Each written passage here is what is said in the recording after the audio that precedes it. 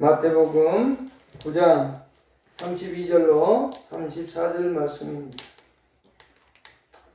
그들이 나갈 때에 귀신 들려 말 못하는 사람을 예수께 데려오니 귀신이 쫓겨나고 말 못하는 사람이 말하거늘 우리가 놀랍게 여겨 이르되 이스라엘 가운데서 이런 일을 본 적이 없다 하되 바리새인들은 이르되 그가 귀신의 왕을 의지하여 귀신을 쫓아낸다 하더라. 오늘 벙어리 된 자를 치유하시는 예수님이라는 제목으로 말씀을 드리겠습니다. 9장 18절로 34절까지 예수님의 이적들이 기록되어 있는데 첫 번째 회당장의 딸을 죽은 외동딸을 살리신 사건이 있었고 그 과정 속에서 혈루증 앓는 12년 동안 혈루증을 앓았던 한 여인을 또 치유하는 사건이 있었고 두 맹인을 치유하는 사건이 있었습니다. 근데 이 세 개의 사건은 자신들이 예수님께 직접 나와서 예수님의 도움을 구했습니다. 그러나 오늘 네 번째 사건은 스스로 예수님에게 나오지 못했고 다른 사람들에 의해서 예수님께 나온 것을 볼 수 있습니다. 그 가운데 귀신이 들려서 예수님 앞에 나오지 못했던 그리고 벙어리 되어서 말을 못하는 이 사람을 다른 사람들이 데리고 와서 예수님께 이제 치유함을 받는 그와 같은 사건입니다. 이 본문을 통해서 우리가 예수님께서 영적인 세계를 다스리고 지배하는 모습을 살펴볼 수 있겠습니다. 먼저 32절부터 우리가 이제 차곡차곡 보겠습니다. 그들이 나갈 때에 귀신 들려 말 못하는 사람을 예수께 데려오니 라고 되어 있습니다. 이 그들이라고 하는 것은 맹인들이 이제 눈의 치유함을 받고 나갈 때 그때 이제 이 귀신 들려서 벙어된 사람을 데리고 들어왔다는 표현입니다. 그러면서 귀신 들려 말 못한 사람을 예수께 데려오니 귀신이 쫓겨나고 말 못한 사람이 말하거늘 이라는 때까지 보겠습니다. 첫 번째 우리가 생각할 것은 여기 이제 귀신 들려서 벙어리 된 자가 치유되는 사건입니다. 첫 번째 우리가 이제 생각할 것은 바로 그겁니다. 벙어리 되었던 사람이 예수님에 의해 치유가 되는 그리고 말을 하기 시작하는 그 내용입니다. 그러면 이 사람이 왜 그렇게 말 못하는 벙어리가 되어야 됐는가입니다. 벙어리가 되는 데는 두 가지가 있습니다. 태어날 때부터 선천적으로 이게 말을 못하는 사람이 있는가 하면 오늘 본문에서처럼 귀신 때문에 이 벙어리가 되는 후천적 사건에 의해서 벙어리가 되는 사람도 있습니다. 어쨌든 지금 본문에 나오는 사람은 귀신이 들려서 귀신에 의해서 말을 못하게 되는 그와 같은 상황에 있는 사람을 볼 수 있습니다. 그러면 우리가 여기서 하나 생각할 것은 먼저 귀신은 어떠한 존재인가입니다. 그러면 이 귀신이 어떤 존재이기에 이렇게 사람을 병들게도 할 수 있는가입니다. 우리는 8장에서도 귀신 들려서 치유받은 사람의 이야기를 봤고요. 또 성경에 보면 곳곳에서 귀신 때문에 이렇게 고통당하는 사람들의 모습을 볼 수 있는데 원래 이 귀신은 천사의 신분이었습니다. 원래부터 이 귀신은 천사로 창조되어졌는데 사탄이 하나님께 반역을 깨하고 하나님께 죄를 범할 때 반역을 해서 하나님께 죄를 범할 때 이 귀신도 같이 동참해서 하나님께 범죄했던 존재였습니다. 그래서 이들은 하나님의 뜻이 이루어지는 걸 싫어합니다. 고의적으로 하나님의 계획을 무너뜨리기 위해서 부단히도 노력하고 있고 또한 사악하고 헛된 가르침을 세상에 전파함으로 인해서 성도들을 미혹한다는 겁니다. 그래서 많은 성도들이 진리를 떠나도록 하고 잘못된 진리를 믿도록 하는데 이 귀신들의 역할이 크다라고 할 수 있습니다. 또한 사람이나 짐승의 몸에 들어가서 정신적 착란이나 또는 본문에서처럼 신체적 파멸을 조장하기도 하고요. 질병을 유발시키기도 합니다. 오래전부터 이 귀신들은 하나님에 의해 징벌을 받아왔는데 창세기 3장 14절에 의하면 그 사탄이 하나님께로 징벌받을 때 같이 징벌을 받은 것을 볼 수 있고요. 그러나 이제 마지막 심판 날에는 예수님의 권능으로 완전히 멸망하게 된다라는 것을 볼 수 있습니다. 하지만 이들이 이렇게 활동하고 있음에도 불구하고 이들은 절대적인 하나님의 주권 아래에서 행하고 있다. 하나님의 손 아래에서, 하나님이 허용하는 범위 안에서 이들이 일하고 있지 하나님을 능가해서 일하지는 못한다는 겁니다. 그게 이제 욥기 1장 6절부터 12절에 보면 그 하나님의 주권 아래에서, 하나님의 명령 아래에서 이제 행하고 있는 것들을 볼 수 있습니다.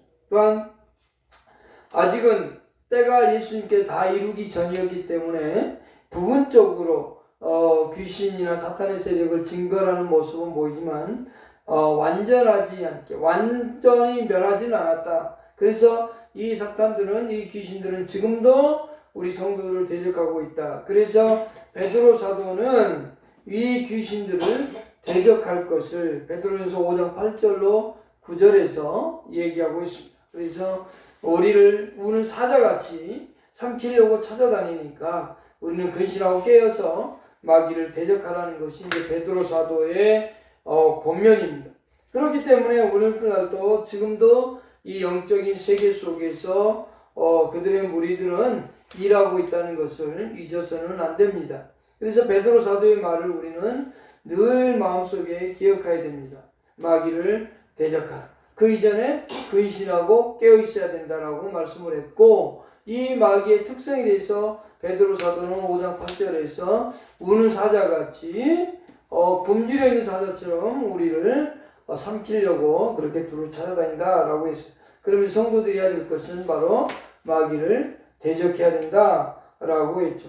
그래서 이 예수님께서 이 아픈 병자를 위해서 한 일이 뭐냐면 33절에 보면 귀신이 쫓겨나고 라고 되어 있습니다. 귀신이 쫓겨나고 이제 병자는, 말 못하는 병자는 말하기 시작합니다. 그래서 예수님께서 그 귀신을 추방하고 났더니 이 사람이 이제 말하기 시작했다는 겁니다. 결국 이 병어리가 치유되어지고 귀신은 예수님에게 정복당해서 쫓겨나는 그와 같은 모습을 우리에게 보여주고 있는 겁니다. 그래서 근데 이제 그와 같은 일이 벌어졌을 때 이 병자는 너무 기뻤겠죠. 그러나 그 다음에 보면 이 무리들이 나옵니다.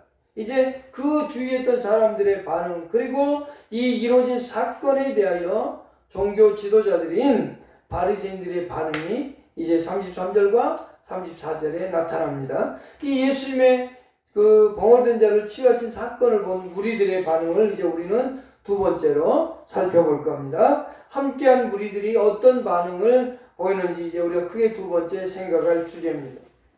자, 33절을 읽어보겠습니다. 무리가, 중간 부분요. 무리가 놀랍게 여겨 이르되 이스라엘 가운데서 이런 일을 본 적이 없다 하되.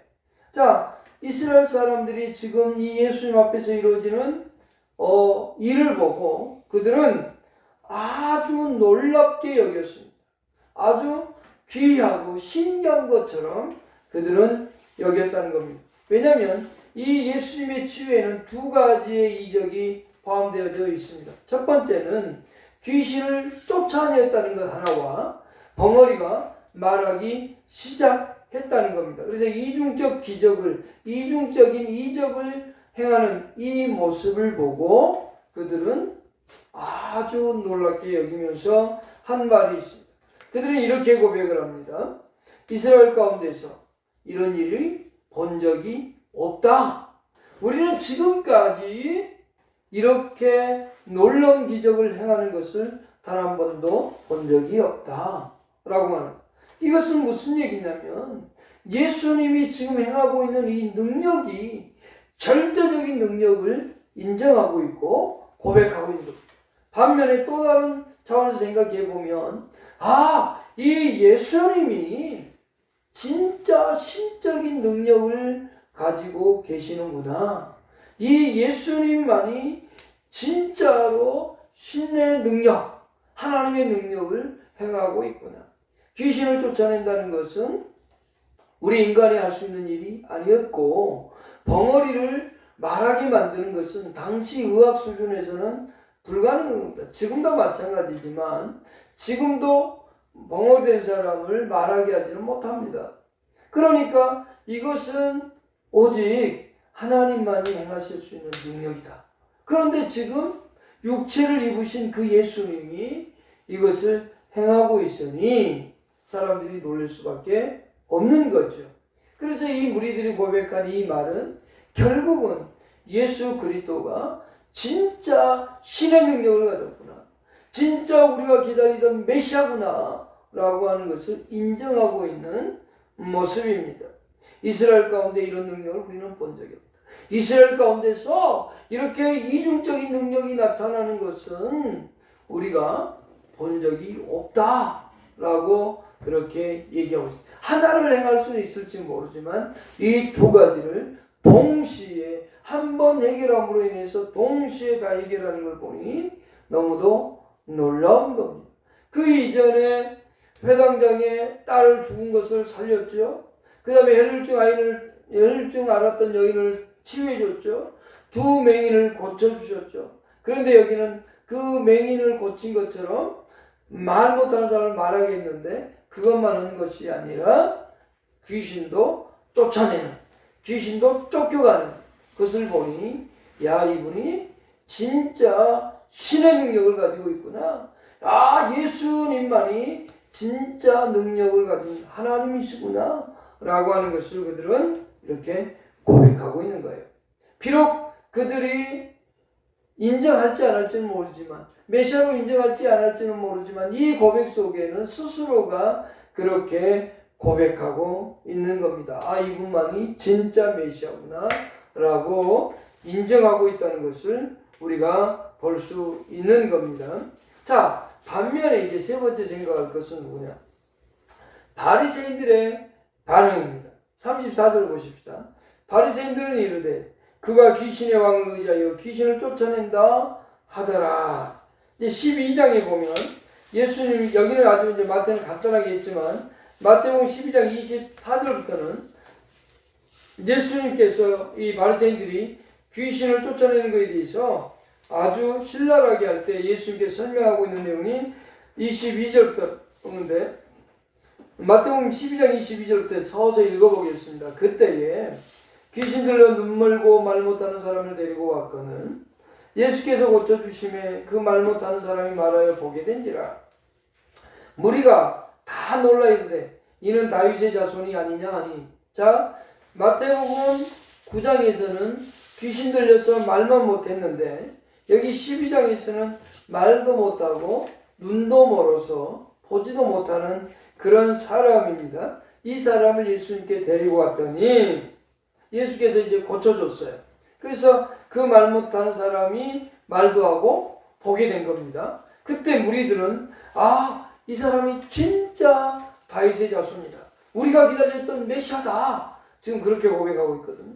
무리들이 9장에서는 이스라엘에 이런 일이 없었다. 하지만 좀 더 시간이 지나서 예수님이 행하는 일들을 보니까 아, 진짜 다윗의 자손이구나. 진짜 예수 그리스도가 우리가 기다리던 메시아구나 라고 그는 고백하고 있는 겁니다. 무리들이. 근데 중요한 것은 24절부터 얘기하고 싶은 건 지금 여기입니다. 바리새인들은 듣고 이르되 이가 귀신의 왕 바알세불을 힘입지 않고는 귀신을 쫓아내지 못하느니라 하거늘 그랬거든요.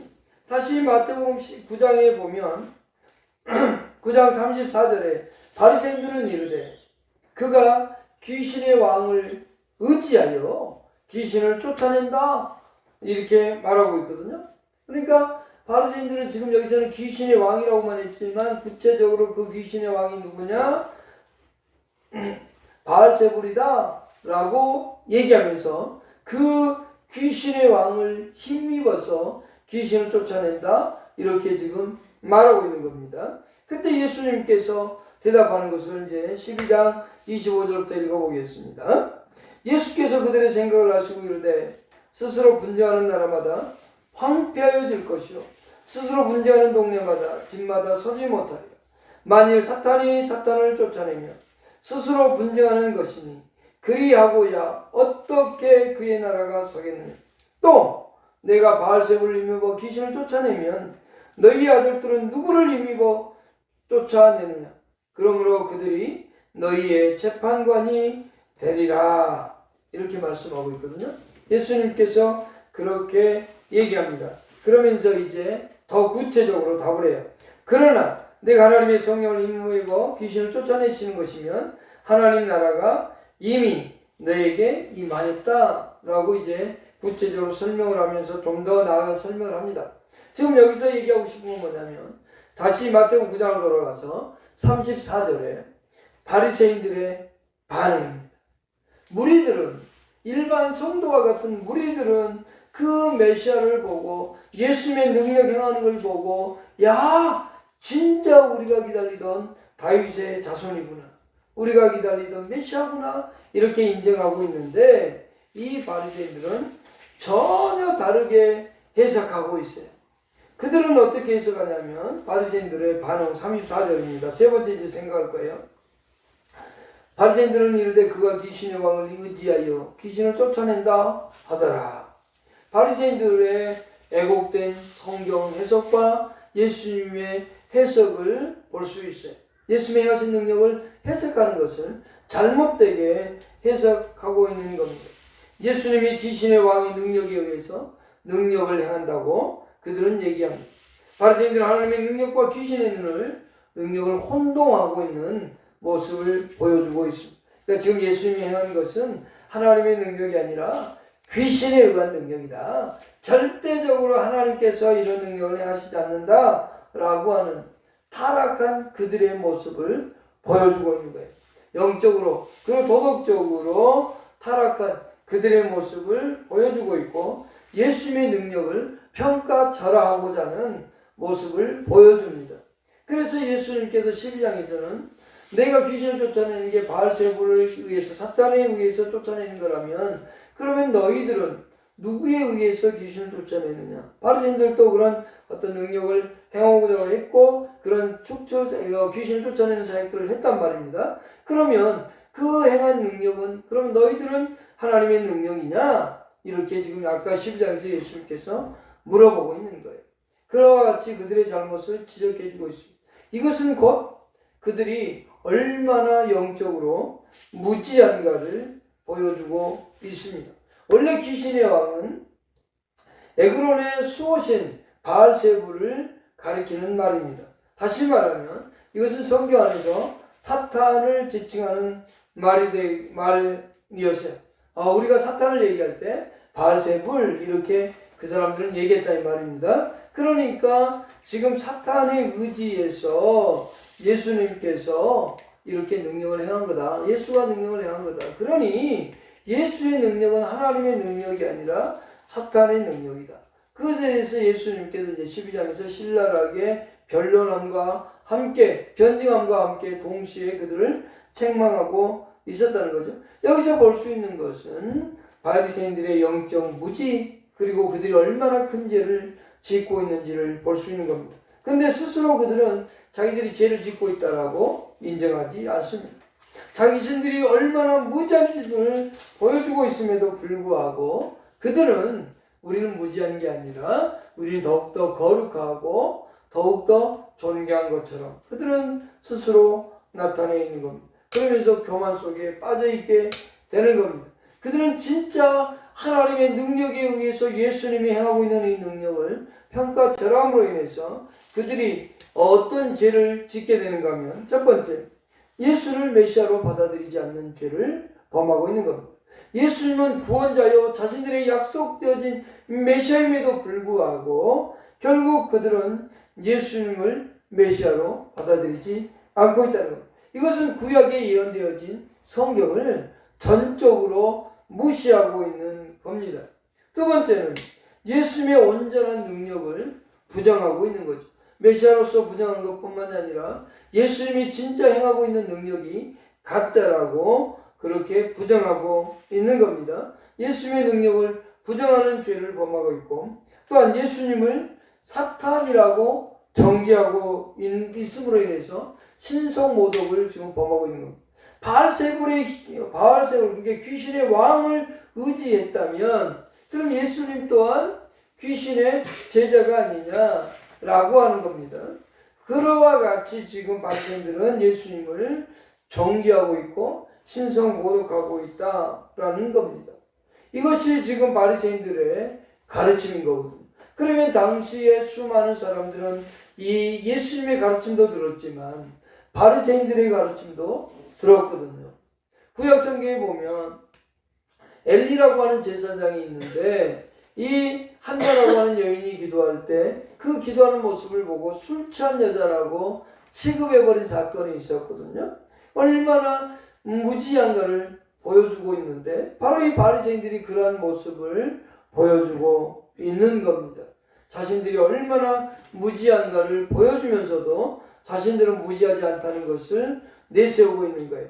예수님을 메시아로 받아들이지도 않고 예수님의 능력을 부정하고 예수님을 사단이라고 정죄함으로 인해서 신성을 모독하고 있음에도 불구하고 자신들은 그것이 죄인지를 모르고 있는 겁니다. 그럼 오늘날 우리는 어떤가요? 오늘날 우리 자신들을 생각해 봐야 되고 우리의 지도자들을 생각해 봐야 됩니다. 목사인 저는 목사로서 정말 바르게 살고 있는가 라고 하는 것을 생각해 봐야 되겠죠. 여러분, 우리가 진짜로 전파되어지는 모든 메시지가 과연 성경에 근거하며 바른 교리에 근거하고 있는가를 살펴서 여러분들이 그것을 분별할 수 있는 능력을 가져야만 됩니다. 디모데후서 2장 15절에 진리를 옳게 분별하고 라고 되어 있습니다. 그래서 하나님께 인정받는 일꾼으로서 인정받는 자가 되라는 말씀이 있는데, 우리는 이 세상을 살아가면서 진리인지 아닌지 분별할 수 있는 능력을 여러분 갖추셔야 됩니다. 그러려면 먼저 성경이 여러분 삶의 표준이 되게 해야 됩니다. 성경만이 내게 신앙생활과 내 삶의 가장 유일한 표준이다라는 겁니다. 근데 성경을 어떻게 해석하느냐에 따라 달라질 수 있거든요. 그렇기 때문에 우리에게 필요한 건 뭐냐면 그동안 역사 속에서 내려온 교리라는 게 있습니다. 그 중에 가장 우리 이제 장로교가 받아들이고 있는 것은 웨스트민스터 표준 문서인 신앙고백서입니다. 이것은 장로교의 표준 문서입니다. 웨스트민스터 신앙고백서, 그리고 대요의 소요리문답, 대요리문답과 소요리문답이 있는데, 대요리문답은 작년 공부를 위해서 만든 거고, 소요리문답은 이제 주일학교 어린이들을 위해서 만든 겁니다. 그래서 소요리문답은 가정에서 부모들이 아이들에게 가르치고 했었습니다. 어쨌든 이 최소한 이 세 가지의 문서만이라도 여러분들이 읽고 배워야 됩니다. 그래서 무엇이 옳은지 틀린지 알 수 있습니다. 이것만 읽어도 이것만 최소한 두세 번만 읽어도 이단들의 가르침이 틀렸는지 안 틀렸는지 알 수 있을 겁니다. 그리고 바른 교리에 대한 공부를 더욱더 하려고 하는 자세가 필요합니다. 그럴 때 이 바리새인들과 같은 잘못된 가르침에서 미혹되지 않고 바른 교리 안에 살아갈 겁니다. 예수님께서 마태복음 24장 24절 이하에 거짓 선생들이 마지막 때가 되면 많이 일어나서 기적도 행하고 이적도 행하면서 성도들을 미혹한다는 말씀이 있습니다. 우리가 미혹되지 않고 바른 길을 살아가려면 이 바리새인들과 같은 가르침에 빠져들지 않으려면 우리가 성경을 열심히 읽고 내 삶의 표준으로 삼고자 해야 되고, 또 하나는 바른 교리인 최소한 장로교의 표준 문서인 웨스트민스터 신앙고백서와 대소리문답은 읽어야 되고요. 그리고 바른 교리에 대한 조직신학이나 이런 교리에 관한 책도 읽어야 된다는 사실을 잊어서는 안 됩니다. 이제 우리가 이 예수님의 이적들을 마무리하면서 다시 한번 정리하고 싶은 건 뭐냐면, 마태복음 9장 18절로 34절을 통해서 우리가 배워야 되는 것, 공통적인 것과 결과가 있습니다. 우리가 처음 마태복음 9장 18절로 34절을 할 때 했었는데, 첫 번째 공통점은 뭔가라는 거예요.